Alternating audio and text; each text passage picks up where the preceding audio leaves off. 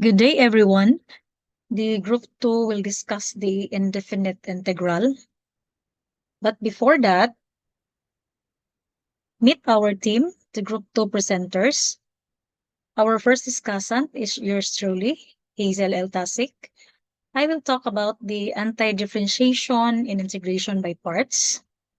Our second discussant is Mr. J. Arnold Mahilom. He will be discussing the trigonometric integrals and integration of algebraic function by trigonometric substitutions. Next, our third discussant is Ms. Wina Rodriguez, who will tackle about the integration of rational functions and logistic growth. And our fourth and last discussant is Ms. Everlita Magbanwa, who will impart to us about the indeterminate form in Cauchy mean value theorem and improper integrals with infinite limits of integration. Okay, my topics are the anti-differentiation and integration by parts. We are already familiar with the inverse operations, just like addition and subtractions. These are the inverse operations, as are multiplication and division, and raising to powers and exacting roots. This time, we will talk about the anti-differentiation, in which it is the inverse operation of differentiation. This is called anti-differentiation, which involves the computation of an antiderivative. It is the process of finding the set of all antiderivatives of a given functions where a function capital F is called an antiderivative of the function lowercase f of an interval I if capital F of x is equal to lowercase f of x for all values of x in the interval I. Antiderivative, as the name implies, it is the opposite of differentiation. We note that the derivative of f of x is f prime of x. So the antiderivative of the integral of f prime of x is f of x. Therefore, f of x is the antiderivative of f prime of x, where f prime of x is the derivative of f of x. Now, the integral or the antiderivative of the regular f of x is the capital F, this one, the capital F plus c. C is our constant of integration. Capital F is the antiderivative of the lowercase f, and the lowercase f of x is the antiderivative of f prime of x. Hopefully that you get the ideas of what is antiderivative is all about. I just want to give you an overview of these different symbols and functions. So let's say if we have the second derivative of the function and we want to find the first derivative of the function, and we can keep going to this part, this one. So going to the right, we are looking for the antiderivative. Yes. And going to the left, we are looking for the derivative. The process of finding the antiderivative is basically integration. And the process of finding the derivatives is, or finding the derivative is differentiation. So that summarizes everything you need to know about the concept. Now, let's distinguish what is indefinite versus definite integral. An indefinite integral gives you a function. This is what we call the indefinite integral. Typically in terms of x, or it could be some other variables like y or z or other variables.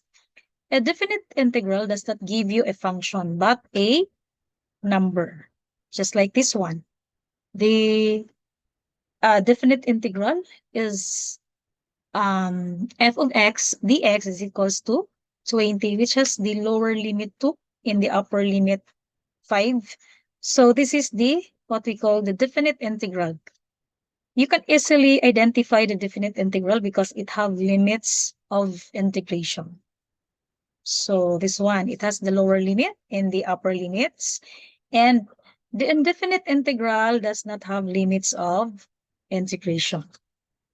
Okay, now, we know that the derivative of x cubed is equals to 3x squared, and that is according to the power rule. The derivative of the variable raised to constant n is the constant n times the variable raised to n minus 1. While the antiderivative of a variable raised to constant n is gonna be that variable raised to a constant n plus 1 divided by the constant n plus 1 plus c, which is c is our constant of integration.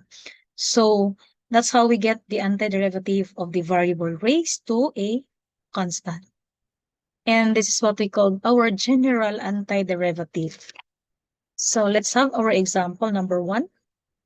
The antiderivative of 3x squared dx is using the formula, applying the formula, is equal to 3 times variable x raised to 2 plus 1 divided by 2 plus 1. And this becomes 3x cubed over 3. Then let's cancel 3. And the result would be x squared plus c. And this is now the antiderivative of the 3x squared dx. Now, getting the derivative of x cubed, this one, getting the derivative of this expression x cubed, that is 3x squared. So, as you can see, same siya doon sa inexplain kanina. The derivative of x cubed is equals to 3x squared. And yung plus c, that is plus 0. This is our constant. Okay?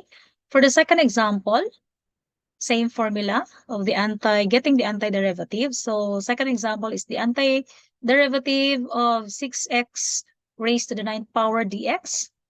Then using the formula or applying the formula, we have 6x raised to 10 over 10. So just add 1 here. That becomes 10, and then all over 10 plus 1, 9 plus 1. So that is equals to 10 plus c. So let's reduce 6 divide 10. That will become 3x to the 10th power divided by 5, or all over 5 plus c. And that is now the final answer.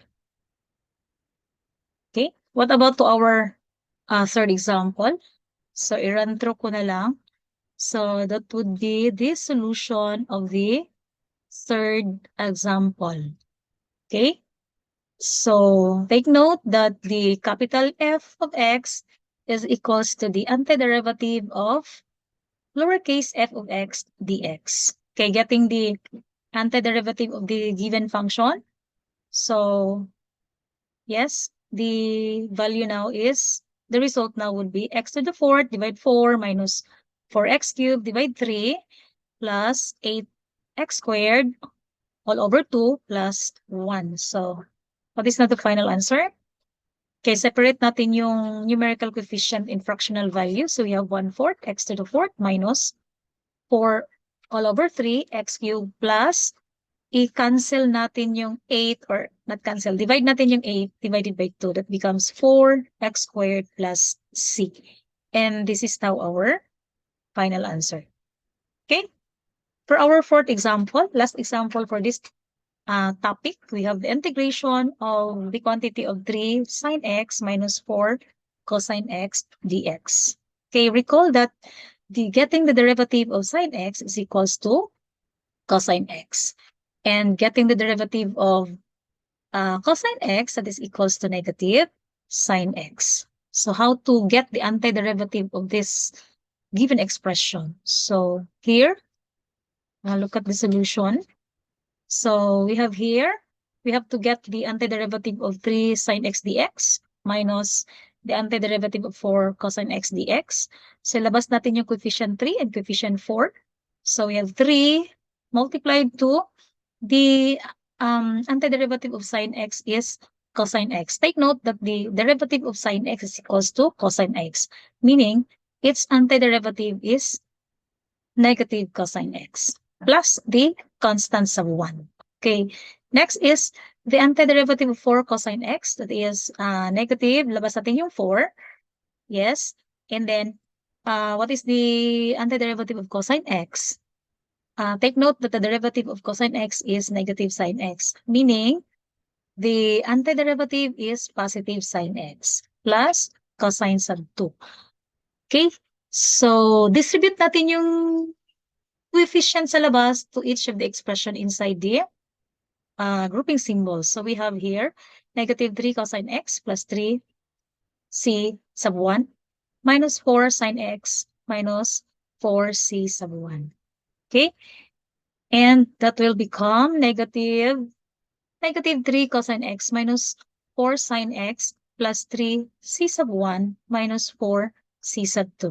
So, kinumbine lang natin yung the same dito yung with trigonometric function and then yung constant natin, kinumbine lang natin sila. So, what would be now the final answer?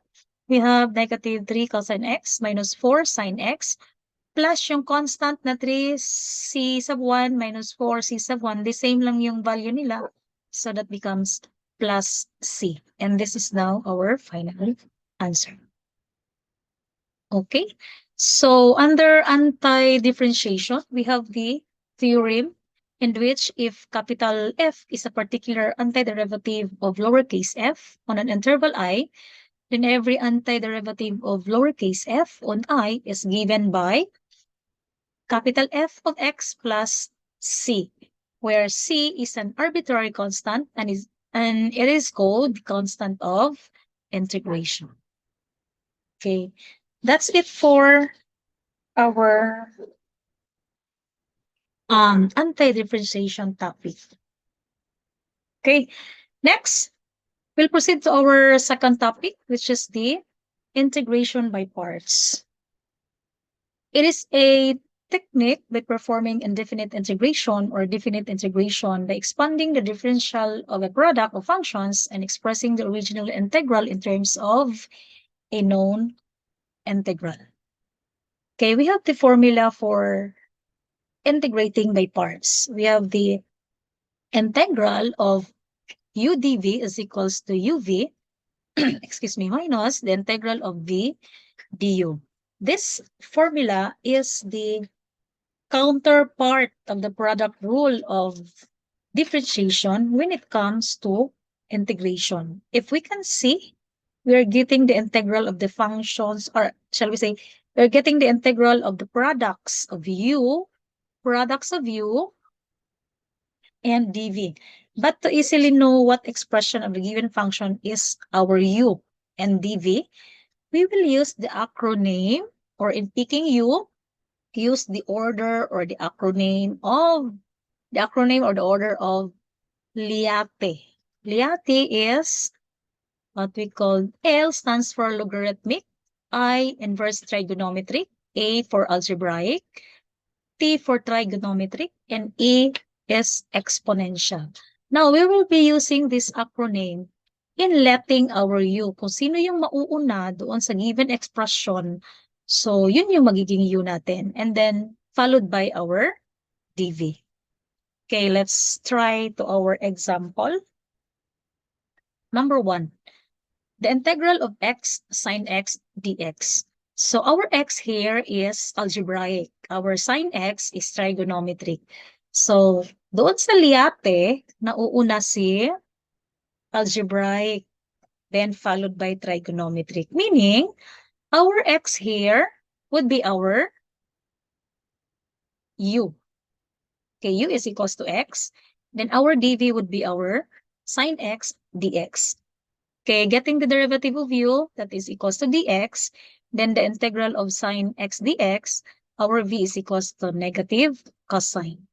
Okay, so substituting this value to our formula, the integral of x sine x is equals to x. What is the value of our u? Substitute natin yung value ng u, which is x, and then multiplied to the value of our v, which is negative cosine x, minus the integral of our b, which is negative cosine x, and our du is multiplied to our the value of our du, which is dx. Okay, next. Multiply natin yung x times negative cosine x. This will become negative x cosine x plus getting the, why is it naging plus ito? It's because we will multiply the negative outside to the negative symbol inside. So negative times negative is positive. That's why naging positive yan or plus yan.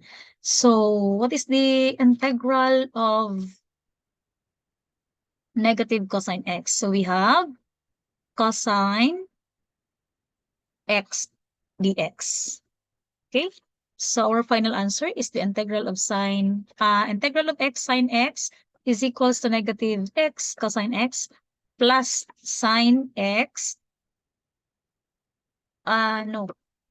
We have here integral of cosine x dx pala. So here, we'll now get the integral of the cosine x, and that is sine x plus c. This is now our final answer. Okay? For our second example, we have the integral of ln x dx. Take note that ln x is logarithmic and our dx is algebraic. Meaning, logarithmic doon sa liate, nauna yung logarithmic, yung algebraic, nauna siya, na huli siya. So, meaning to say, our u here is ln x, and our dv is dx. Getting the derivative of ln x, we have dx all over x, and then the integral of our dx, or the integral of our dv, is equals to the integral of our dx, and our v now is equals to x.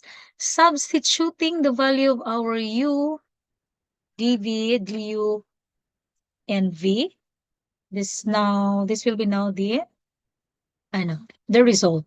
The integral of ln x dx is equal to the value of our u, which is ln x, multiplied to our v, which is x, then minus the integral of our v, which is x, multiplied to our du, which is dx all over x. Okay? So, cancel natin yung x dito. So, the remaining values are the integral of ln x dx is equals to x. Unahin natin yung x. X ln x minus the integral of dx. What is the integral of dx here? Okay, the final answer is the integral of ln x dx is equals to x ln x minus x. Yung x natin dito, yun yung integral ng dx, plus our constant of integration. Okay, this is now the answer. Okay, for the third example, we have the integral of e raised to x sine x dx. E raised to x is exponential. Sine x dx is trigonometric. So, meaning to say, our u would be the trigonometric, which is sine x, and our dv is e raised to x dx. Then finding the du, or derivative of u, that is cosine x dx, and the integral of dv is equals to the integral of e raised to x dx. Our v value is equals to e raised to x. Substituting the value, we have here our u is sine x, our v is e raised to x, minus the integral of our b, which is e raised to x, then our du is cosine x dx. Okay? So, multiply natin ito. So, mauuna dapat yung e raised to x sine x minus the integral of e raised to x cosine x dx. Okay, we'll get now the integral of this e raised to x cosine x dx. So, uulitin lang natin yung process. We'll get now the value of our u and our dv. So, from this value, e raised to x cosine x dx, e raised to x is exponential, cosine x dx or cosine x is trigonometric. So, our u would be the trigonometric value, which is cosine x, and our dv is e raised to x dx, then du is negative sine x dx, and our v is equals to e raised to x. Okay, substitute that one to our formula. So just rewrite the given expression, then copy the first expression at the right part. So substitute natin ito. We have the value of our u is cosine x, is 1, and then multiplied to our v, which is e raised to x, minus the integral of e raised to x multiplied to negative sine x dx, uh, which is our e raised to x is our v, and then multiplied to negative sine x, which is our du, and times dx. Okay, to simplify, we have e raised to x sine x minus e raised to x, multiply natin ito, cosine x, minus the integral of this e raised to x sine x dx. Okay? So, as you observe, dito tayo. As you observe, yung expression natin dito sa right, left part, and then yung last expression natin dito, ay simplify muna natin ito. Let's simplify this one, getting the derivative of this part, this portion here. So just rewrite this one and this one. So multiply this one. We have minus e raised to x cosine x minus the integral of e raised to x sine x dx. So as you can see, yung part dito, yung expression dito at saka dito, they are the same. So, ano yung gagawin natin? We will not getting the value of our u and dv and get the du and v. Kasi paulit-ulit and then babalik tayo sa yung previous expression natin. So, what we're going to do is to transfer this one to the other side. We will transpose this one to the other side. Since this is negative, the integral of e raised to x sine x dx, paglipat natin dito sa kabila, magiging plus na yan siya. So, rewrite this one, then plus the integral of e raised to x sine x dx na galing dito, nilipat natin sa kabilang side, so nagiging plus na yan siya. And then equals e raised to x sine x minus e raised to x cosine x. So what will happen? Since the same man yun silang dalawa, so we will add. So that becomes 2 and the integral of e raised to x sine x dx plus, okay. That is, correction, that is equals pala. This is equals and not plus. Okay? So, it is equals to e raised to x sine x dx minus e raised to x cosine x. Okay? Next. Ito yun siya kanina. This one. Okay, ito yun siya. So, what will be the next part? So, we will divide both sides by 2. Since we have here the coefficient 2. Both sides by 2. Divide both sides by 2. Then, cancel natin yung 2. The remaining expression at the right, left part is the integral of e raised to x sine x dx is equals to, separate natin yung coefficient for every expression. So, we have 1/2 e raised to x sine x minus 1/2 e raised to x cosine x plus c. And this is now our final answer. Okay?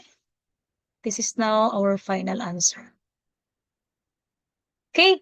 So, and that's it for integration by parts. Those are all about my topics. I will give now the floor to our next discussant, Sir Arnold Mahilom. Thank you for listening.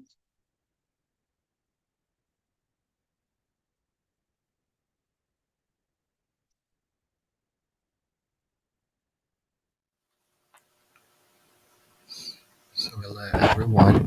So at this point of time, I'm going to continue our discussion. So I'm going to report or I'm going to present trigonometric integrals and trigonometric substitution. So first is the trigonometric integrals. So in solving trigonometric integrals, so we need to recall our the basic trigonometric functions which was being pointed on the previous discussion. So here are some of the basic trigonometric function, and also we need to recall also the basic trigonometric identities. So we have some of those. So we have the basic trigonometric identities, the double angles, the sum and difference of angles, and the triple angles. Also, we have also here other trigonometric identities. So here it is. So let's try to solve problems regarding trigonometric integrals. So question number one. So we have here the integral of sine squared 7x times cosine squared 7x dx. So at this in this equation, so we cannot be able to solve it directly with the use of the basic trigonometric function. So thus, we need to use the different identities of the trigonometric. So from the given identities, trigonometric identities, so here we have from the equation we have sine squared 7x times cos squared 7x is equal to this identities. We have sine squared theta plus cosine squared theta is equal to 1.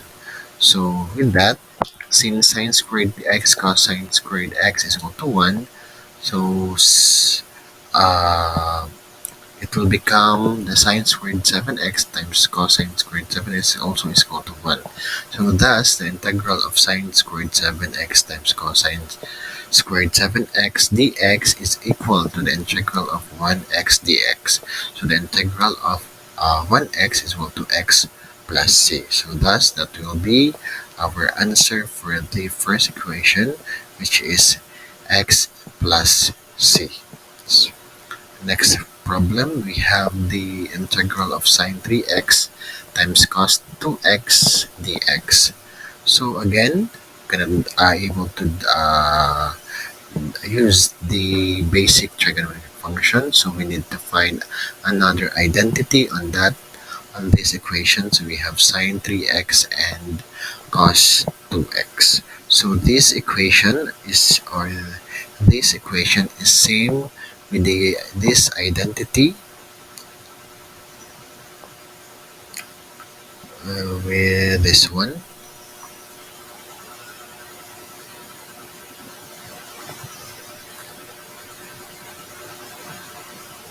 So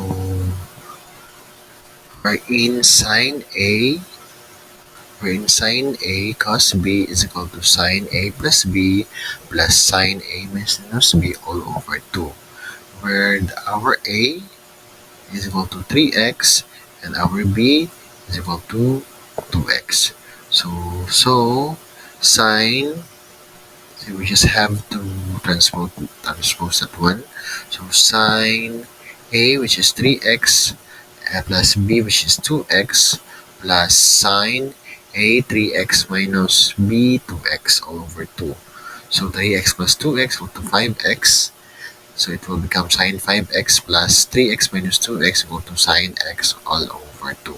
So we will use that answer to our equation. So it will now become negative 1 half all over sine 5x plus cos x dx. So to integrate this one, to integrate that one, so it will become the integral of sine 5x will become negative 1 over 5 cos 5x, and then the integral of cos, this would be sine, I'm sorry, that is sine x. So the integral of sine dx is equal to negative cos x plus c. So evaluate, so 1 half times negative 1 5 is equal to negative 110 Then 1 half times negative cos x equal to negative 1 half cos x. So our answer would become negative 1 over 10 cos 5x minus 1 half cos x plus c. So that's it for the trigonometric integrals. Okay, now we'll proceed to our next topic, which is the trigonometric substitution. So, if the integrand has the following form, or if the equation has the following form or expression like this, then we can use the trigonometric substitution in answering the integral. So if you found this expression, square root of a squared minus x squared, then you will substitute the value of x into a sine theta. So, and the second one, if the expression is square root of a squared plus x squared, then the value of x would be a tan theta. And if the expression is square root of x squared minus a squared, then the value of x is equal to a secant theta. So let's have an example. So here we have the integration, or the integral of x over square root of x squared minus 1 dx. So from this uh, equation, or from this integration, so we assume, or we know that this equation is in the form of this one, the third one. So we have x squared minus 1, wherein x is our, or x squared is our x, and 1 is our a, so our a squared. Then if 1 is our a squared, then our a is equal to square root of 1, or 1. Then we have now the substitution, which is x equal to a secant theta. X equal to a secant theta, which is our a is equal to 1 secant theta. And then our x squared is secant squared theta, and our dx, our x, since our x is 1 secant theta or secant theta, our dx is equal to secant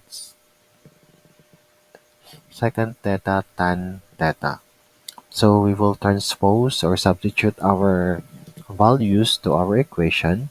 So here we have the integral of x, which is now secant, all over square root of x squared, which is secant squared theta, this one, minus 1.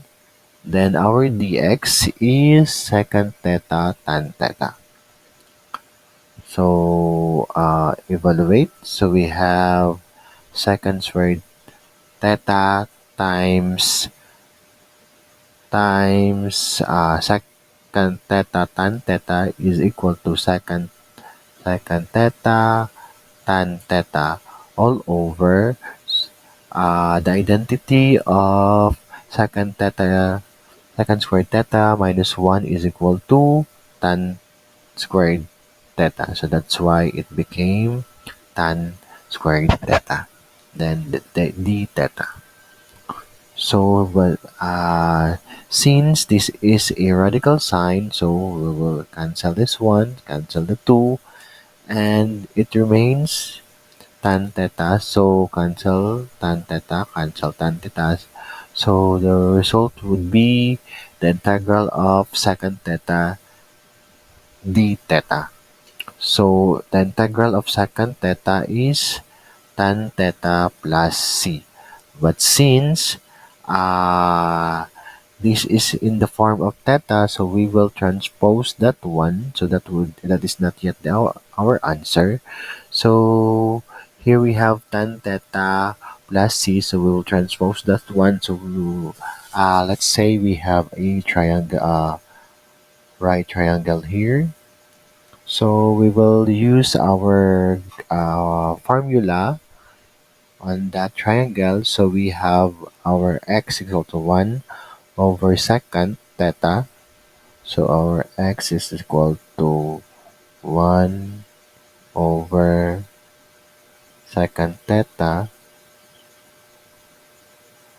or the reciprocal of secant theta, which is 1 over cosine theta, or the cosine theta is equal to 1 over x. So from our triangle, we have here our theta.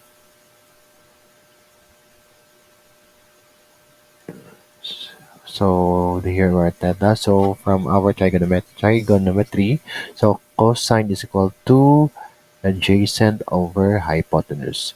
So this would be our 1, and this would be our x. And then our opposite would be our expression, which is x squared minus 1, or the square root of x minus squared minus 1. So that's it. So since we now have our triangle, or our right triangle, so we can be able to get our tan theta, or our tangent. So our tangent is equal to opposite over adjacent, right? So that would be opposite, which is the square root of x squared minus 1 all over our a, or our adjacent, which is 1. So that is why it became square root of x squared minus 1 all over 1 plus c, or as simple as square root of x squared minus 1 plus c. So this will be our final answer. So I hope you understand something. So that would be all. Thank you.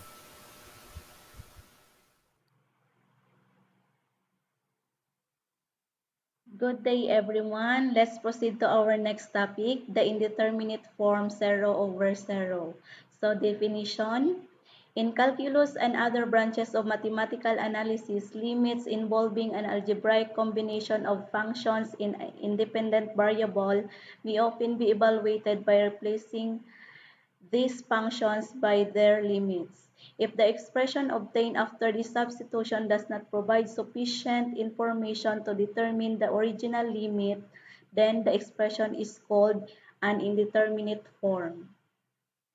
There are 7 indeterminate forms which are typically considered in the literature. So these are the 7 indeterminate forms, but we will only focus on 0 over 0 form. So the most common example of an indeterminate form occurs when determining the limit of the ratio of two functions in which both of these functions tend to 0 in the limit, and is referred to as indeterminate form 0, 0.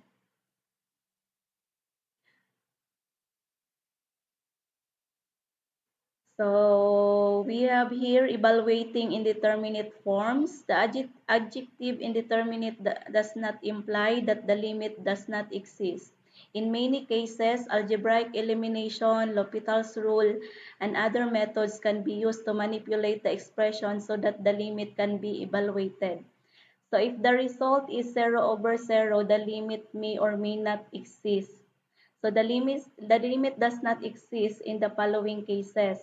So left hand limit does not exist, right hand limit does not exist, left and right hand limits both exist, but they have different values, and function is not defined due to domain restriction. So L'Hopital's rule is a general method for evaluating indeterminate forms such as 0 over 0. So the rule states that if limit of f of x as x approaches to c equals limit of g of x as x approaches to c equals 0, or positive and negative infinity, g of x is not equal 0, for all x in the interval with x is not equal to c, and limit of f prime of x over g prime of x as x approaches to c exists, then limit of f of x over g of x as x approaches to c is equal to limit of f of prime of x over g prime of x as x approaches to c. So let's proceed to examples. So we have example 1. We have to evaluate the limit of x squared plus x minus 6 over x squared plus 8x plus 15 as x approaches to negative 3. So as what I've said a while ago, so we will test the given if it has a result 0 over 0, which is the indeterminate form. So first thing to do is you have to substitute the value of x, which is negative 3, to all x in the equation. So by evaluating, the result is 0 over 0, so which is indeterminate form. So now, since 0 over 0 is indeterminate form, the limit of this is the limit may or may not exist. So we have to reevaluate the limit. So since the given is rational, so you can factor out the numerator and denominator and cancel the common factors, or simply get the derivative or differentiate the given. So by getting the derivative, so we have the numerator now 2x plus 1 over 2x plus 8. So substituting again negative 3 to x, so the result is negative 5 over 2, which is defined. So therefore, the limit exists. Another example, so we have to evaluate 2x squared minus 7x minus 4 over x cubed minus 8x plus 16x as x approaches to 4. So again, we have to substitute 4 to all x in the equations. So we have the results again 0 over 0. So since this is indeterminate form, the limit of the given is may or may not exist.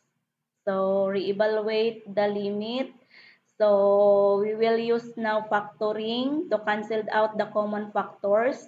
So the factors of the numerator are x minus 4 and 2x plus 1, and for the denominator we have x times x minus 4 times x minus 4. So we can cancel x minus 4 here and x minus 4 in the denominator. So we only have now 2x plus 1 over 2 times x minus 4.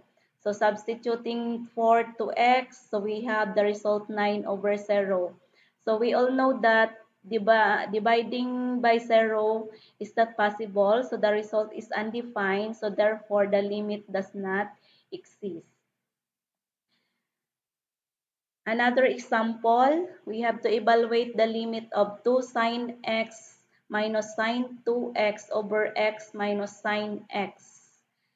Okay, so if we substitute 0 again to x, so we have again 0 over 0. So we have to differentiate the given or the above form. So the result is 2 cosine x minus 2 cosine 2x over 1 minus cosine x as x approaches to 0. So this will become limit of, so negative 2 sine x plus 2 times 2 is 4, then sine 2x over 1 minus cosine x is equal to sine x. So again, limit of negative 2. So sine will become cosine x plus 2 times 4 is 8. Cosine 2x over cosine x. So we have only now negative 2 plus 8 over 1. So simplifying, this is 6. So this is defined. So the limit exists. Okay, let's proceed to another topic, the improper integrals with infinite limits of integration.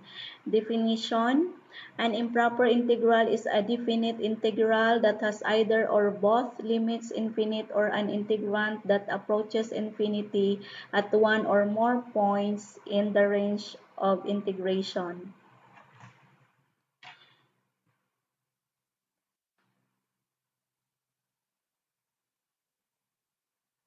So we have definitions on improper integrals with one infinite limit of integration. If f of x is continuous on the interval a infinity, then the improper integral of f over the interval a infinity is integral of f from a to infinity equals limit of f of x from a to r as r approaches to infinity. And if f of x is continuous on the interval negative infinity b, then the improper integral of f over negative infinity b is integral of f from negative infinity to b equals limit of f of x from r to b as r approaches to negative infinity. So another definition, convergence and divergence. If the limit exists and is a finite number, we say the improper integral converges. And if the limit is positive and negative infinity or does not exist, we say the improper integral diverges. Next, we have improper integrals with two definite limits of integration. If both integral of f from negative infinity to a and integral of f from a to infinity are convergent, then the improper integral of f over the interval negative infinity to positive infinity is integral of f from negative infinity to positive infinity equals integration of f integral of f from negative infinity to a plus integral of f from a to infinity. So we have here an example. Example 1, evaluate the following integral. So integral of 1 over square root of 3 minus x from 0 to 3. So first thing to do is to convert this integral to limits. So the equivalent is limit of 1 over square root of 3 minus x from 0 to t as t approaches to 3 negative. So if we evaluate the limit of this integral, the result is 2 square root of 3. So the limit exists and is finite, and so the integral converges and the integral's value is 2 square root of 3. Second example, again, we have to determine if the following interval is convergent or divergent, and if it's convergent, find its value. So the given is integral of 1 over x from 1 to infinity. So again, we have to convert the integral into limits. So this is equal to limit of integral of 1 over x from 1 to t as t approaches to infinity. So again, we have to evaluate the limit. So the result is infinity. So the limit is infinite and so the integral is divergent. Okay, last one, determine the following integral if it is convergent or divergent. If it is convergent, find its value. So the given is integral of 1 over x squared from 0 to infinity. So this is an integral over an infinite interval that also contains a discontinuous integrand.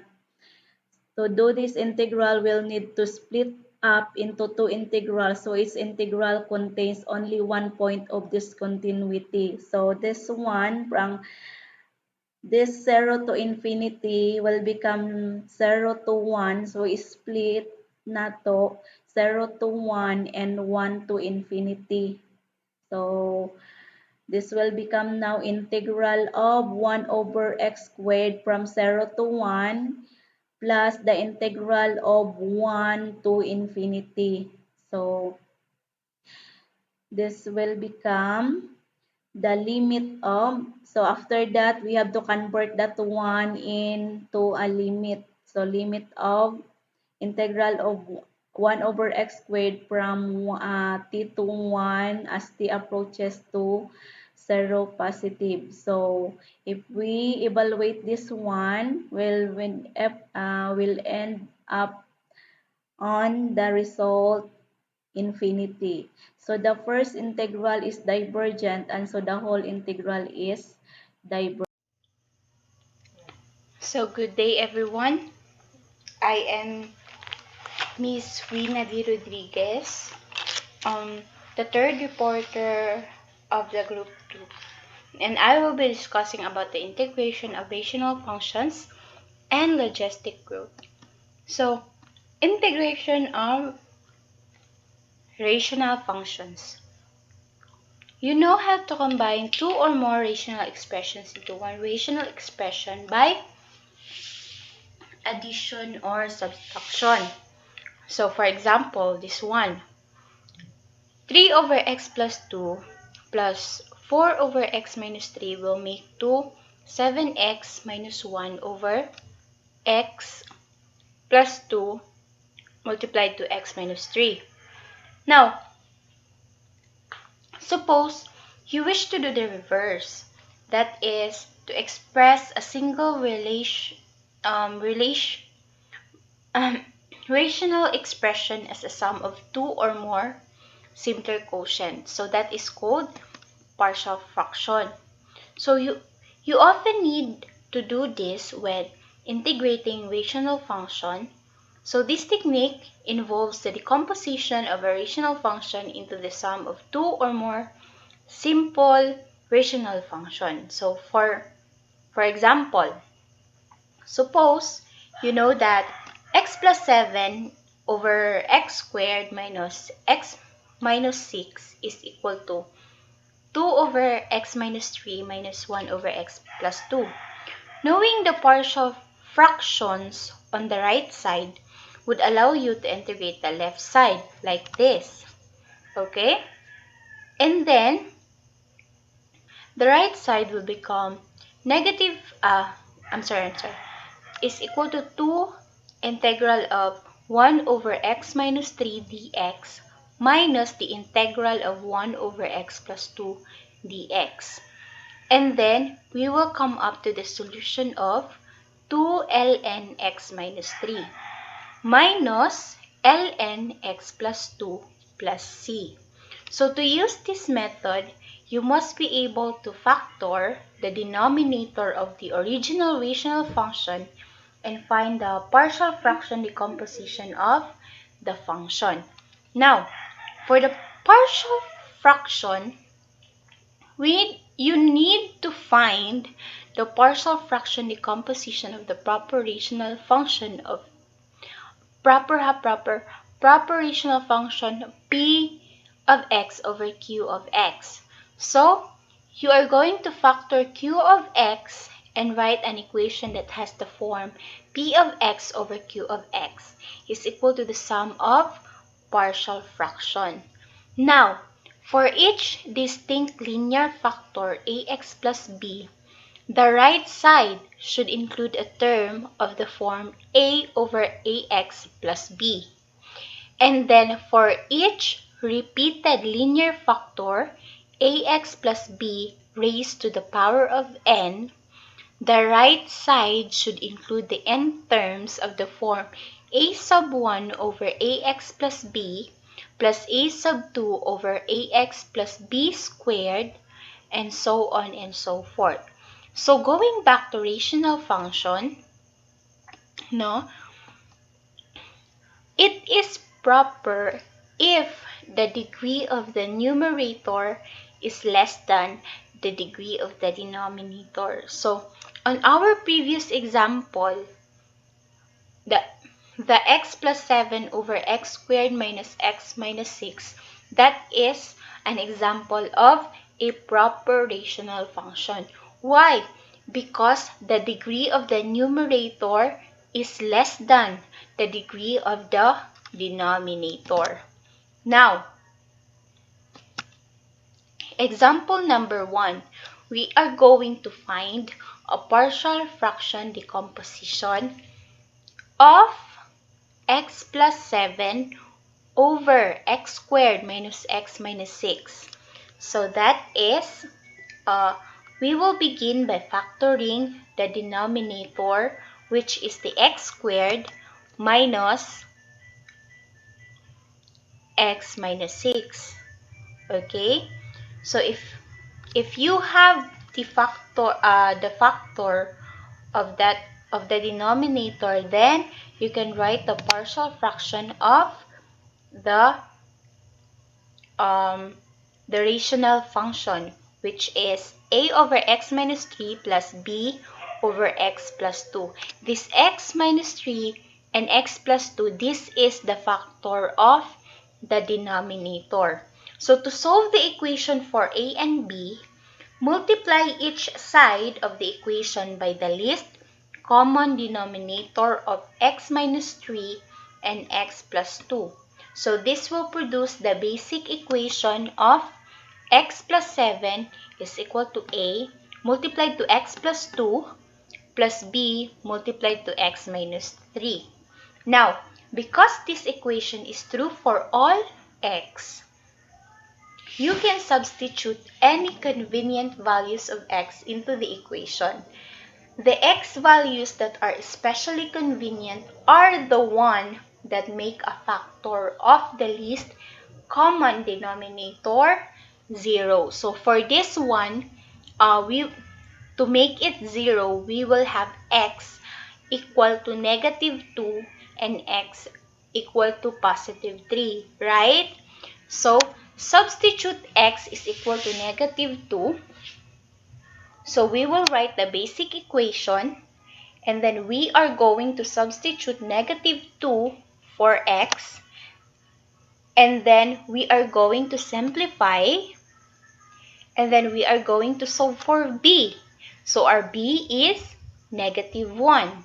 And then if our x is equal to positive 3, that will become, we are going to write the basic equation, and then we are going to substitute 3 for x, and then we are going to simplify, and then solve for a, which is a is equal to 2. Now that you have solved the basic equation for a and b, you can write the partial decomposition as x plus 7 over x squared minus x minus 6 is equal to 2, which is uh, the value over a, over x minus 3 minus 1, which is the value of your b, over x plus 2. Okay? So that is your partial fraction decomposition from the rational function. Now, let's go to another example, which is integrating with repeated factors. Now, we need to find the integral of 5x squared plus 20x plus 6 over x cubed plus 2x squared plus x dx. So now, we are going to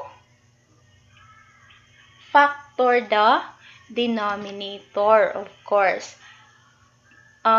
You are going to factor first the denominator, okay, which is x multiplied to x plus 1 squared, or the squared of x plus 1. And then we are going to write the partial fraction decomposition as a over x plus b over x plus 1 plus c over x plus 1 squared, or squared of x plus 1. So to solve this equation for a, b, and c, multiply each side of the equation by the least common denominator of x multiplied to the squared of x plus 1. So your basic equation will become 5x squared plus 20x plus 6 is equal to a multiplied to the squared of x plus 1 plus bx multiplied to x plus 1 plus cx. And then now, we are going to solve for a and c by substituting x as negative 1 and x is equal to 0. Okay? So first, substitute x equal to negative 1. That will become negative 9.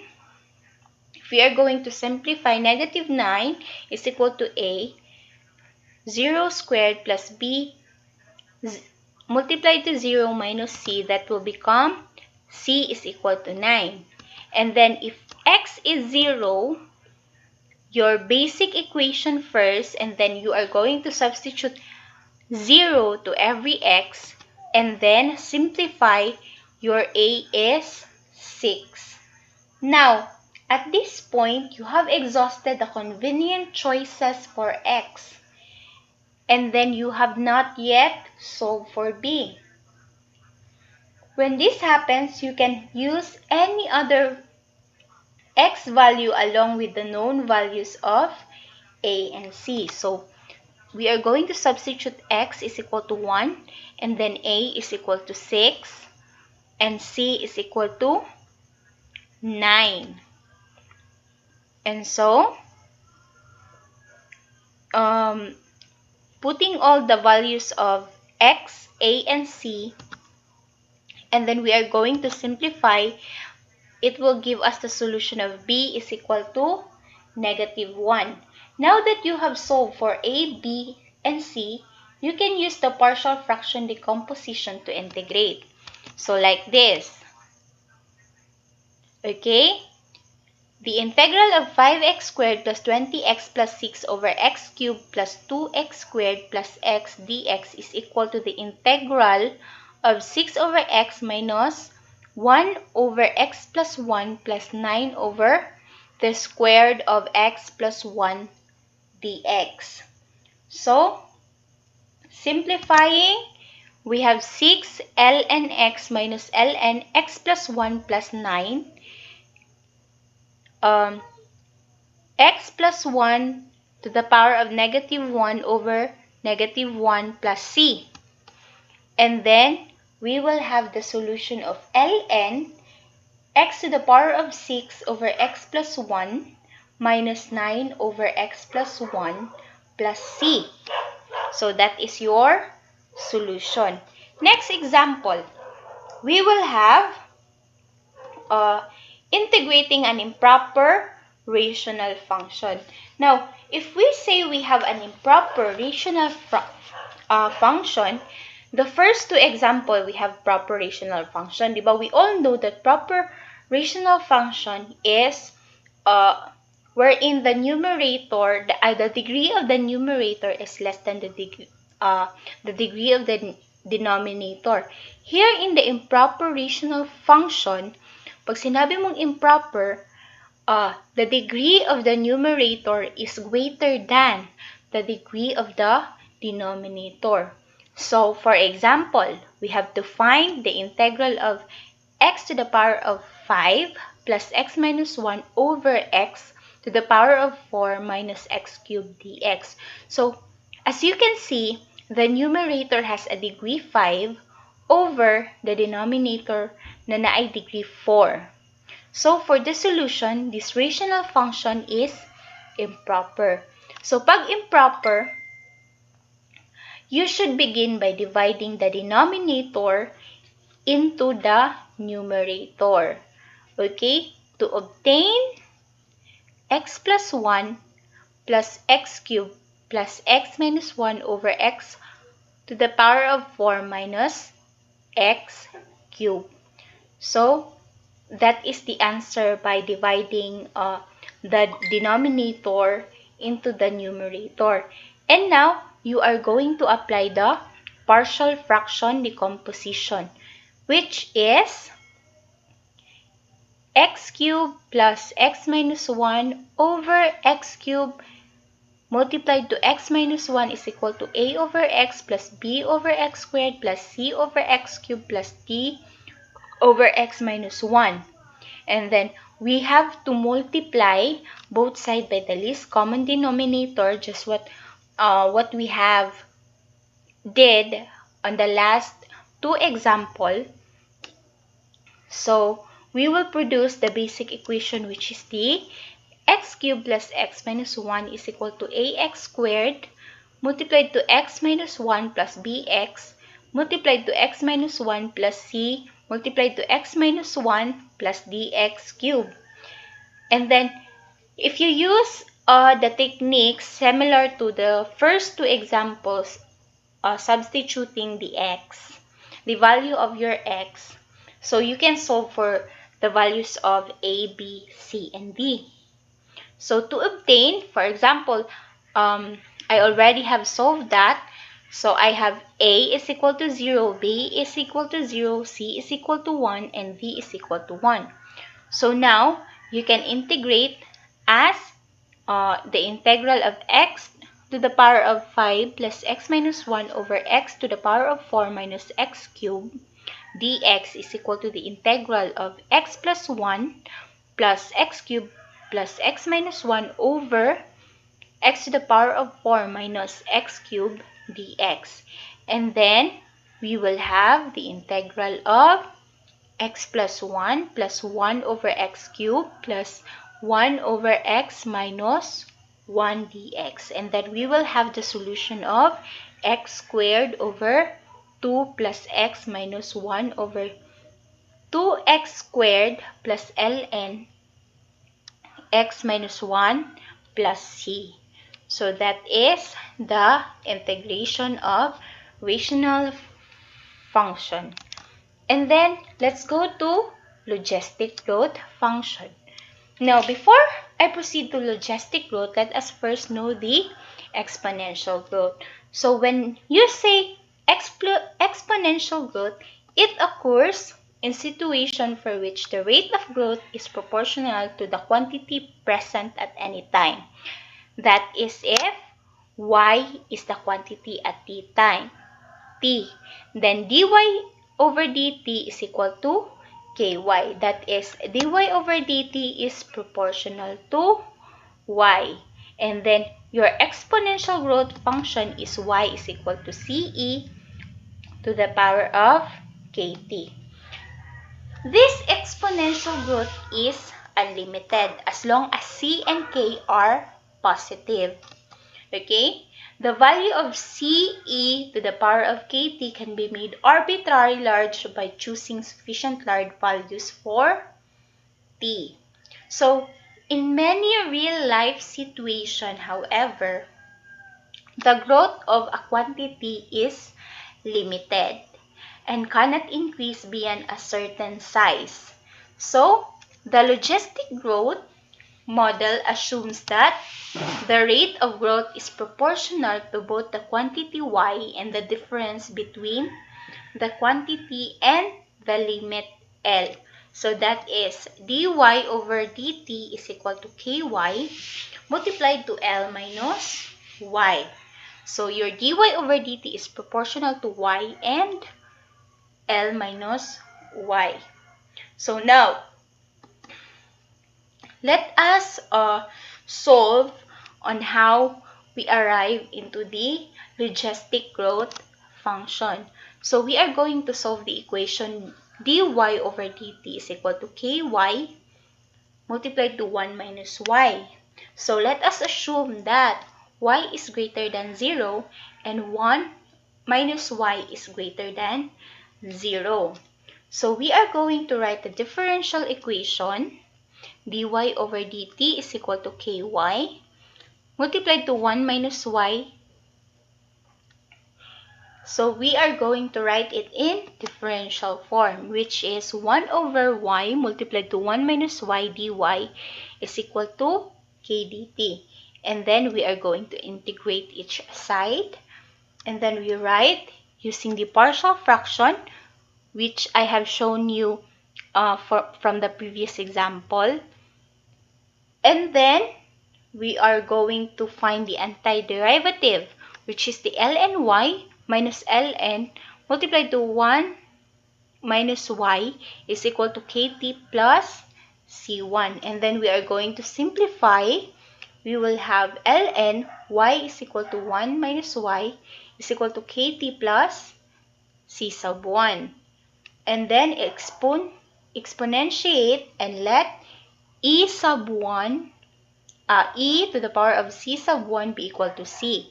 So that will become y is over 1 minus y is equal to c e to the power of kt. So solving this equation for y, we will produce 1 over 1 plus be minus to the power of negative kt, wherein your b is equal to 1 over c. So this will become your logistic growth function.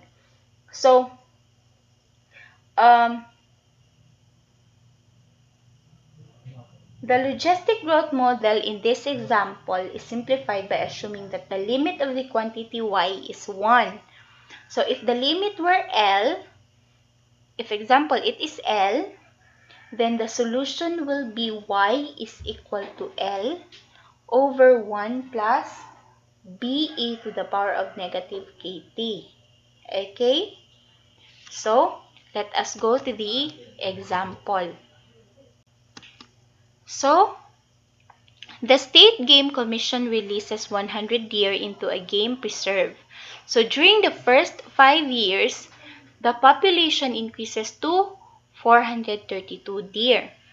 The Commission believes that the population can be modeled by logistic growth with a limit of 2,000 deer. Write the logistic growth model for this population. Then use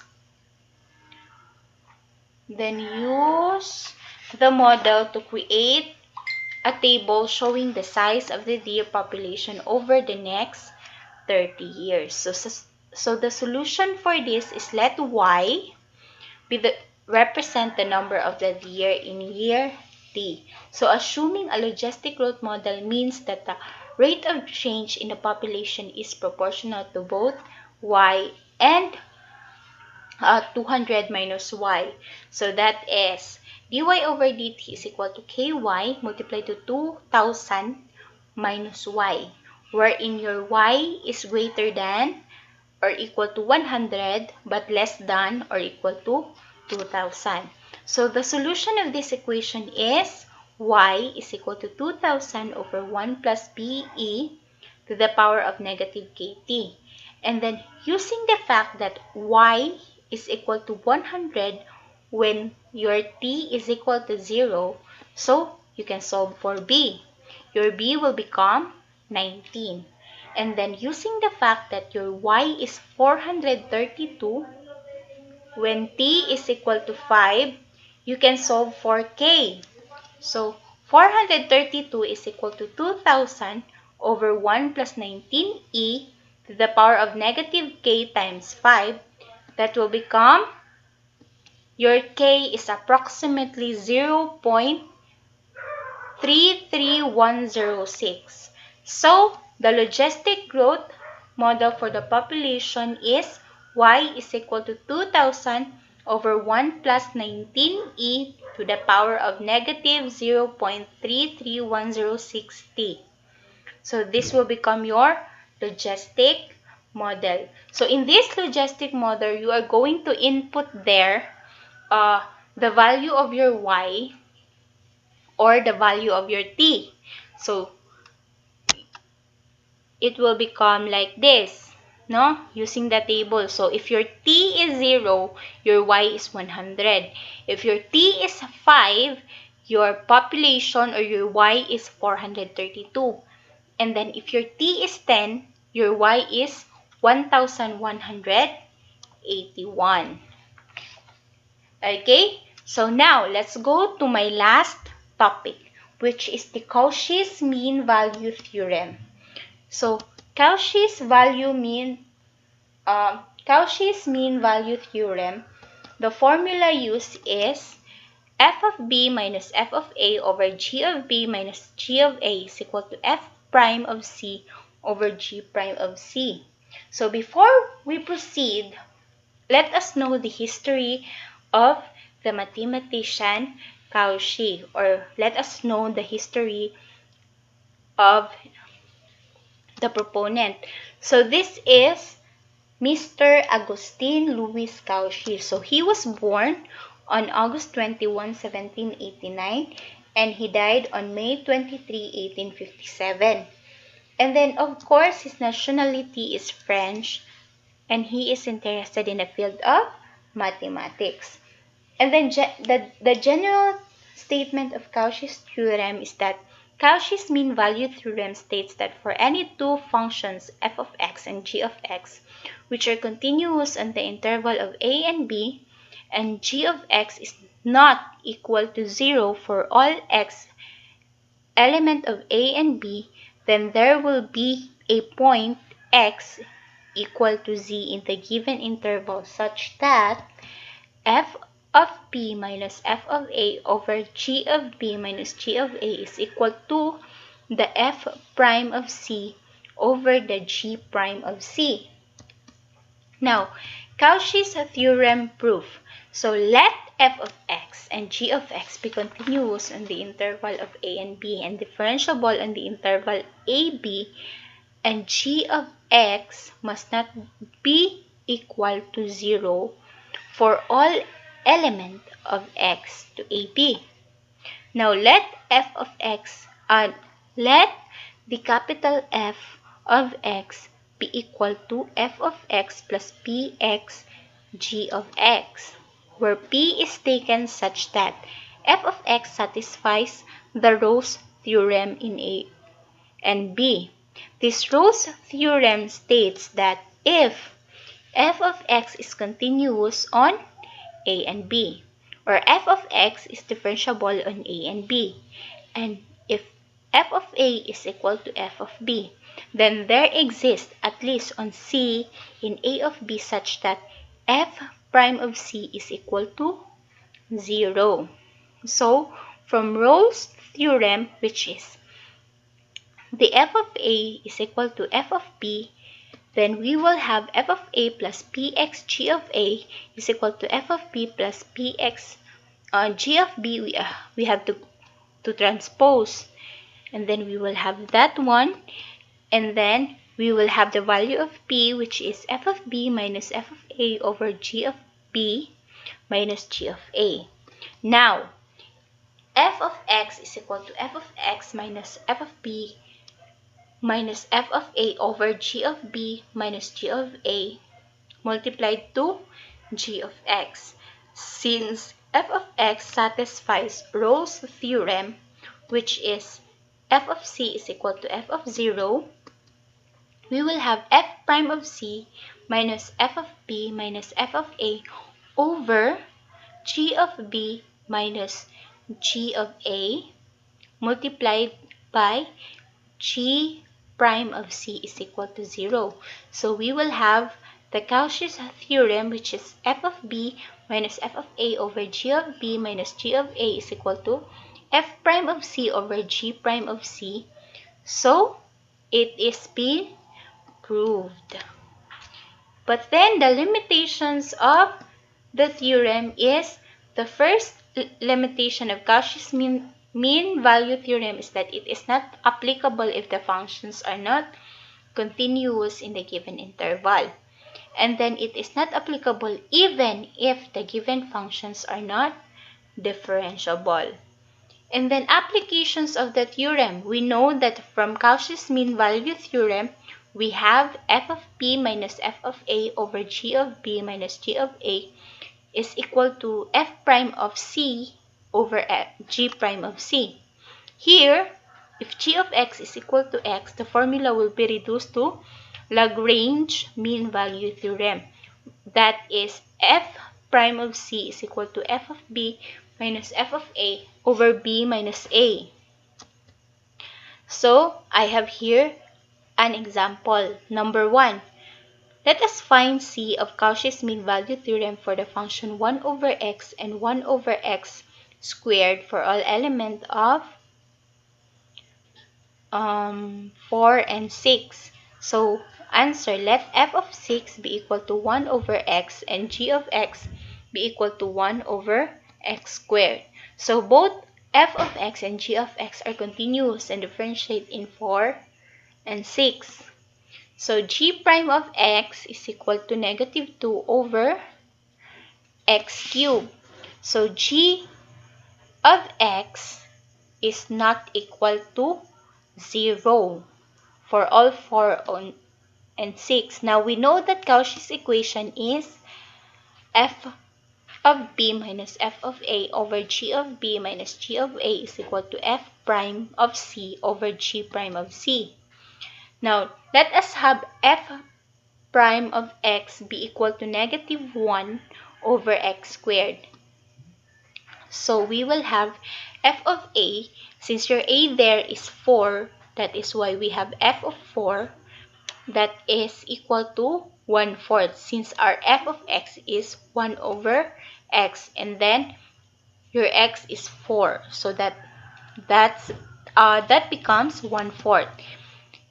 And then f of b is equal to 1/6, and then your g of a is 1 over 16, your g of b is 1 over 36, and then your f prime of c is equal to negative 1 over c squared, and then your g prime of c is equal to negative 2 over c cubed. Now, substituting these values in the formula, we will have negative 1 over c squared over negative 2 over c cubed is equal to 1 over 6 minus 1/4 over 1 over 36 minus 1 over 16. So, by solving this one, we will get c is equal to 4.8. Now, another example, we will have if f of x is differentiable and g of x is not equal to 0 such that f of 1 is equal to 4, f of 2 is equal to 16, f of x is equal to 8, g of x and g of 2 is equal to 4, then what is the value of g of 1? So we know that Cauchy's mean value theorem is this formula. So here, we have a is equal to 1 and b is equal to 2. And then we will have f prime of c over g prime of c is equal to f of 2 minus f of 1 over g of 2 minus g of 1. Now, substituting all the given values in the equation, 8g prime of c over g prime of c is equal to 16 minus 4 over 4 minus g of 1. So, 32 minus 8, g of 1 is equal to 12. Now, your g of 1 is equal to 5 over 2. So, that's it. And thank you for listening. Goodbye.